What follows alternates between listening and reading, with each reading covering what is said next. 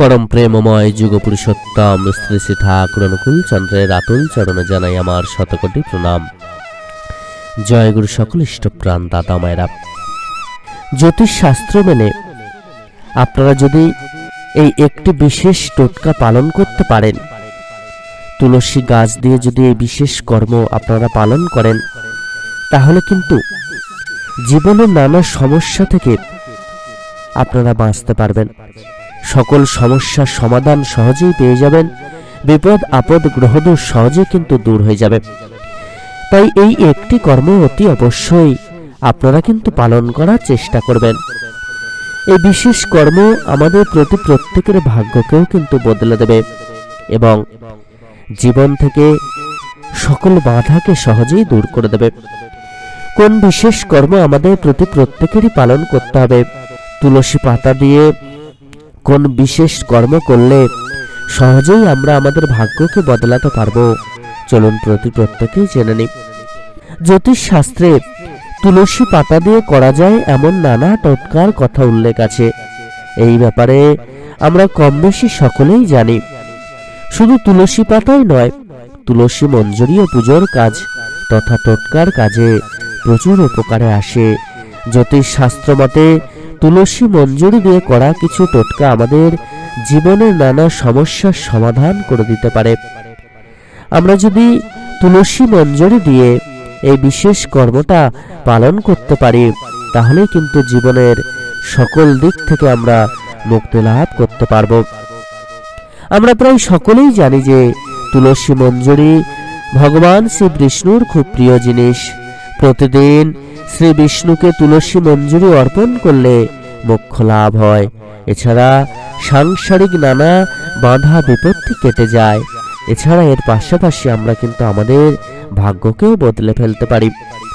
2 নম্বর যে কর্মটা আমরা করতে পারি, এই তুলসী মঞ্জুরি দিয়ে সহজেই কিন্তু আমাদের অভাব অনটন কাটাতে পারি। আমাদের সংসারে যদি খুব অভাব অনটনের মধ্য দিয়ে কাটে, তাহলে শুক্রবার মা লক্ষ্মী দেবীর চরণে তুলসী মঞ্জুরি অর্পণ করুন। পরপর কয়েকটি সপ্তাহ এই টোটকা পালন করুন। এতে করে মহা ফল কিন্তু আপনারা লাভ করতে পারবেন।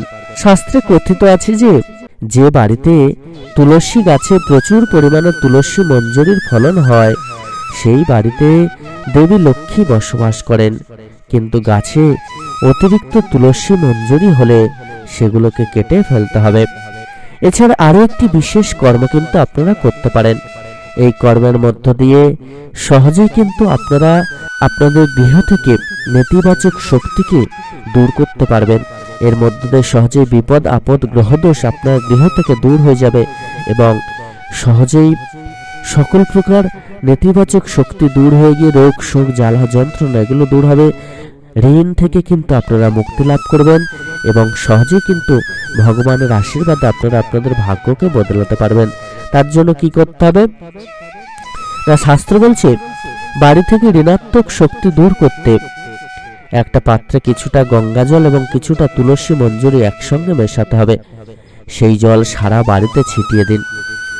এতে করে ঋণাত্মক শক্তি কিন্তু কমে যায় এবং আপনারা যদি সকাল সন্ধ্যা এই কর্মটি করতে পারেন, তাহলে গৃহে কিন্তু কখনোই অলক্ষ্মী প্রবেশ করতে পারবে না। মা লক্ষ্মী গৃহের মধ্যে বাস করবেন এবং সহজেই গৃহের অর্থনৈতিক উন্নতি সাধিত হবে। ঋণ থেকে মুক্তি লাভ করবেন, বিপদ আপদ থেকে কিন্তু মুক্ত হবেন।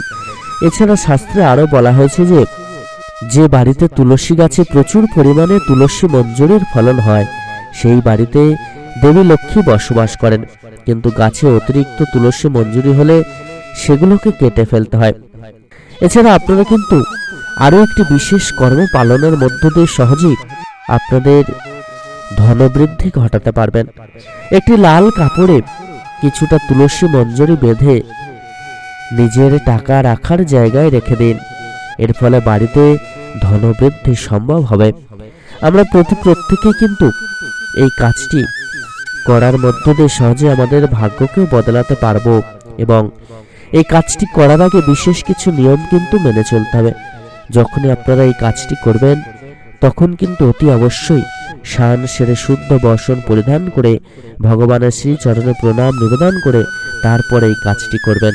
আর এই কাজটি করার সময় যে লাল কাপড়ের কথা বলা হয়েছে সেটি অবশ্যই চেরি কাপড় নেওয়ার চেষ্টা করবেন এবং তুলসী মঞ্জুরিকে অতি অবশ্যই গঙ্গা জলে ধুয়ে কিন্তু শুদ্ধ করে ভগবানের চরণে কিছুক্ষণ রেখে দেবেন, তারপরে কিন্তু এই বিশেষ কর্মটি করবেন।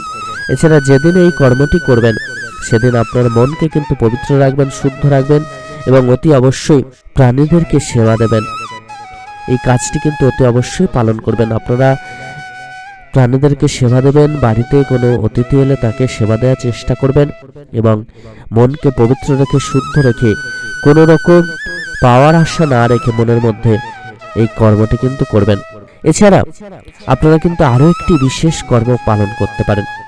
বাচ্চাদের লেখাপড়ায় মন আনতে পড়ার টেবিলে একটা ছোট্ট পাত্রে কিছুটা তুলসী মঞ্জুরি রেখে দিতে পারেন।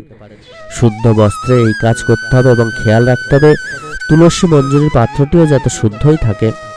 আর মনকে শুদ্ধ এবং দেহকে শুদ্ধ না করলে আপনারা কিন্তু কোনো কাজই করতে পারবেন না। আপনাদের মনকে শুদ্ধ রাখতে হবে, দেহকে শুদ্ধ রাখতে হবে, এছাড়া কর্মকেও পবিত্র রাখতে হবে। মানে আমরা যদি সৎ কর্ম না করি তাহলেও কিন্তু সমস্যা হবে। এই কর্ম যতই আমরা করি না কেন, যদি আমরা অসৎ চলনে চলি তাহলে এই কর্ম কিন্তু কখনোই ফলপ্রসূ হবে না। সবসময় সৎ পথে চলতে হবে, মনটাকে সৎভাবে পবিত্রভাবে রাখতে হবে। অন্যের ক্ষতির চিন্তা বা অন্যের অঘটন ঘটানোর চিন্তা মনের মধ্যে যদি সবসময় ঘুরপাক খায় তাহলে কিন্তু সেই ক্ষতি, সেই অঘটন নিজেরই ঘটবে। এটা কিন্তু মাথায় নিয়ে চলতে হবে। আমরা অনেক মানুষকে দেখেছি যারা দেখবেন অন্যের ক্ষতির চিন্তা সবসময় করতে থাকে, কিভাবে অন্যের ক্ষতি করা যায়, কিভাবে অন্যকে বিপাকে ফেলা যায়, অঘটন কিভাবে ঘটানো যায়। তো যাদের মনে এইরকম চিন্তা থাকে তারা কিন্তু সেই বিপদে নিজেরাই পড়তে থাকে, সেই ক্ষতিতে তারা কিন্তু নিজেরাই পড়তে থাকে। তো এর থেকে কিন্তু নিজেদেরকে দূরে রাখার চেষ্টা করতে হবে। সবসময় সৎভাবে থাকতে হবে, সৎ কর্ম করতে হবে এবং ভগবানের পথে নিজেদেরকে নিয়ে এগিয়ে নিয়ে চলতে হবে। তাহলেই দেখবেন সমস্ত কিছু থেকে আপনারা মুক্তি লাভ করবেন। আর এই যে বিশেষ বিশেষ কর্মের কথা বলা হয়েছে আপনারা শ্রবণ করলেন, এই বিশেষ কর্ম কিন্তু পালন করার চেষ্টা করবেন। এই যে বিশেষ টোটকার কথা বলা হয়েছে এই টোটকাগুলি করার মধ্য দিয়ে সহজেই কিন্তু আপনারা আপনাদের ভাগ্যকে বদলাতে পারবেন। আমরা বিশেষ কর্মের কথা শুনলাম, যে কর্মগুলো করার মধ্য দিয়ে বলা হয়েছে সহজেই জীবন থেকে সকল সমস্যা দূর হবে, সহজেই আমরা আর্থিক উন্নতি ঘটাতে পারবো। কিন্তু পরমদয়াল যুগপুরুষোত্তম শ্রী শ্রী ঠাকুর অনুকূলচন্দ্র আমাদেরকে কর্ম করার বিধান দিয়েছেন। আমরা যেমন কর্ম করব তেমন ফল লাভ করব। যেমন আমরা ঈশ্বরকে ভালোবাসবো তেমনই তিনি আমাদেরকে ভালোবাসবেন। আমরা যতটা তাঁর চরণে নিজেদেরকে নিযুক্ত করতে পারবো, আমরা যতটা তাঁর চরণ নিজেদেরকে উৎসর্গ করতে পারবো ততটা ফল কিন্তু আমরা লাভ করতে পারবো। তাই আমাদেরকে সবার প্রথম সদ্গুরুর শরণাপন্ন হতে হবে, সৎ নাম মনন করতে হবে, সৎসঙ্গের আশ্রয় গ্রহণ করতে হবে। এতে করে আমাদের উন্নয়ন কিন্তু অতি অবশ্যই হবেই হবে। পরমদয়াল স্পষ্ট করে সত্যানুসরণ গ্রন্থে কিন্তু এই বিধান দিয়েছেন। আমাদেরকে যদি সঠিকভাবে চলতে হয়, আমাদেরকে যদি সঠিক কর্ম করতে হয় তাহলে আমাদেরকে এই বিশেষ নিয়ম মেনে চলতেই হবে। পরমদয়াল যুগপুরুষোত্তম শ্রী শ্রী ঠাকুর অনুকূলচন্দ্র তার বাণীর মধ্য দিয়ে স্পষ্ট করে দিয়ে বলেছেন যে তোমরা যতটা ঈশ্বরের হয়ে উঠতে পারবে, যতটা তোমরা নিজেদেরকে ঈশ্বরের চরণে উৎসর্গ করতে পারবে, যতটা তোমরা নিজেদের মনের মধ্যে ভক্তিকে জাগিয়ে তুলে ঈশ্বরকে নিজেদের মনে স্থাপন করতে পারবে, ততটাই কিন্তু তোমরা ঈশ্বরকে লাভ করে নিজেদের ভাগ্যকে পরিবর্তন করতে পারবে, নিজেদের উন্নয়নকে পরিবর্তন করতে পারবে। আর এই যে আমরা এত উন্নয়ন বা বিপদমুক্ত জীবন চাই, আমরা এই যে এত অর্থপ্রাপ্তি ঘটাতে চাই, নিজেদের সকল প্রকার সমস্যাকে দূর করতে চাই, এর একটাই কিন্তু পথ, সেটা হলো নিজেদেরকে সঠিক কর্ম করা, সৎ পথে চলে পরমদয়ালের দেখানো পথে যদি আমরা চলতে পারি তাহলে কিন্তু আমরা সৎ পথে চলবো। কারণ তিনি যে যে বিধানগুলো দিয়েছেন সেই বিধানগুলো মেনে চলার মধ্য দিয়ে সহজেই আমরা সৎ হয়ে উঠবো এবং সৎ কর্মের মধ্য দিয়ে আমরা আমাদের ভাগ্যকে বদলাতে পারবো।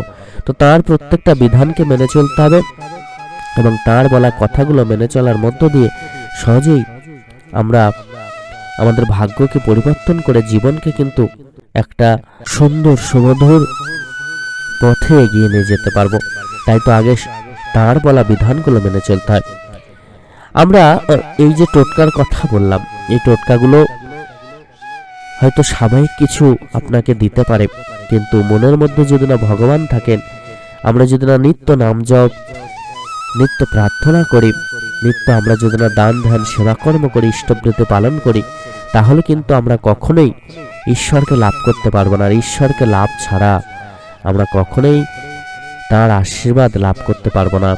আমরা আমাদের জীবনকে পরিবর্তন করতে পারবো না, সমস্যামুক্ত জীবন কিন্তু কখনোই লাভ করতে পারবো না।